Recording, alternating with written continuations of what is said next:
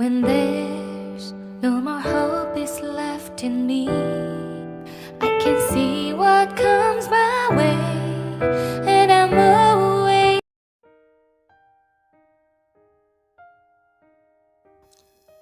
दुनिया में आप लोगों पर कंट्रोल करना सीख लेते हैं तो आप सबसे पावरफुल। लेकिन अगर आप खुद पर कंट्रोल करना सीख लेते हैं तो आपसे महान इस दुनिया में कोई नहीं है। एक बार की बात है, गौतम बुद्ध से उनके शिष्य ने पूछा कि बताइए कर्म क्या है।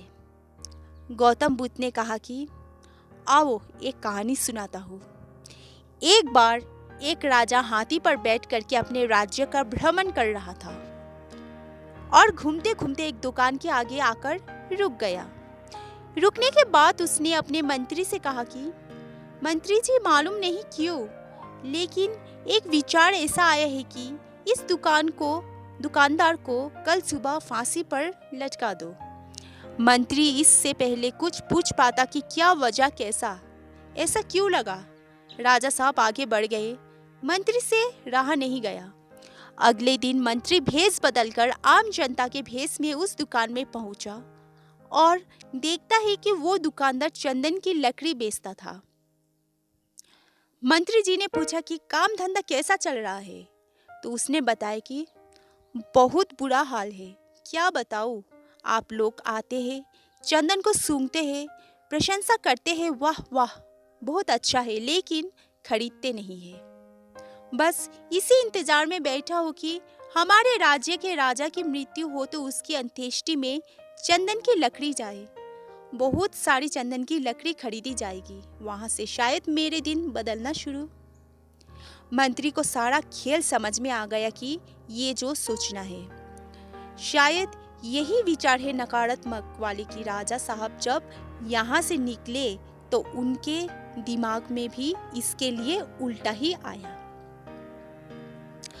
बुद्धिमान मंत्री था, उसने एक विचार सोचा।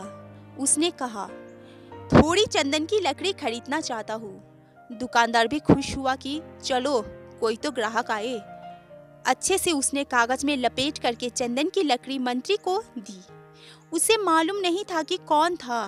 मंत्री अगले दिन दरबार में चंदन की लकड़ी लेकर के पहुंचे और राजा साहब से कहा कि राजा साहब, वो जो दुकानदार था उसने आपके लिए तोहफा भेजा है।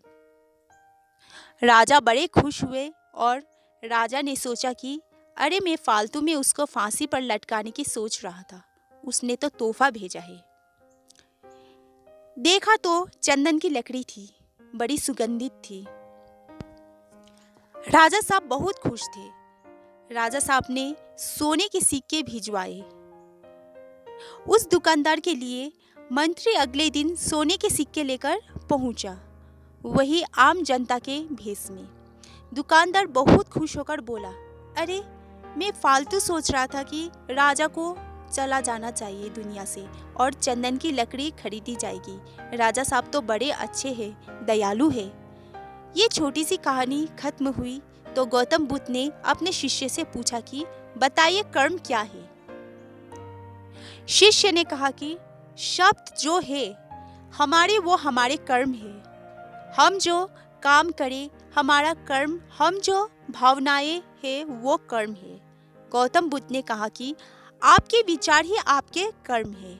अगर आपने अपने विचारों को नियंत्रित करना सीख लिया तो आप सबसे महान। इसीलिए आपसे कहता, अच्छा सोचिए तो अच्छा होगा। धन्यवाद। आज के लिए बस इतना ही। अगर आप लोगों को मेरा कहानी अच्छा लगा तो एक लाइक करना, एक शेयर करना और कहानी कैसा लगा कमेंट बॉक्स में ज़रूर बताना।